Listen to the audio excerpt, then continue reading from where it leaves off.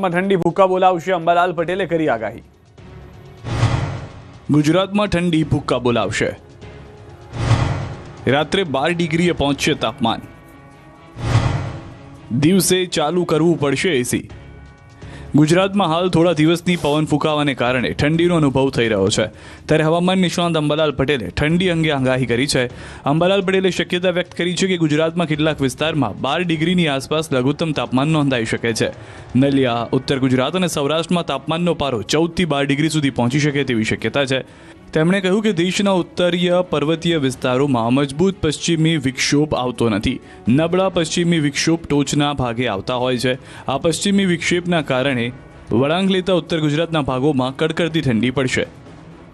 ખાસ કરીને ઉત્તર ગુજરાતના ભાગો, પંચમહાલના ભાગો, સાબરકાંઠાના ભાગો અને પાટણ સમની હારીજના ભાગો, બનાસકાંઠાના ભાગોમાં સવારના ભાગમાં ન્યૂનતમ તાપમાન 15 ડિગ્રી 14 ડિગ્રી સેલ્સિયસ તો ક્યારેક 12-13 ડિગ્રી સેલ્સિયસ જેવું થઈ જવાની શક્યતા રહેશે।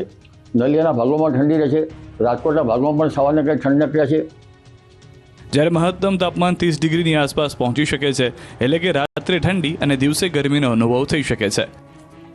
દિવસે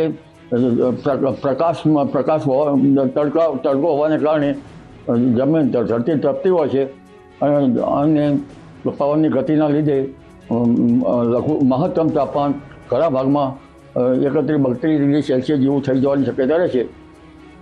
આ તરફ હવામાન વિભાગના અમદાવાદ કેન્દ્રના ડાયરેક્ટર એ.કે. દાસે કહ્યું કે 12 ડિસેમ્બર સુધી હવામાન સૂકું રહેવાની સંભાવના છે। લઘુત્તમ તાપમાનમાં બહુ મોટા ફેરફાર થવાની શક્યતા નથી। અમદાવાદનું લઘુત્તમ તાપમાન 15 ડિગ્રી આસપાસ રહેવાનું પૂર્વાનુમાન છે।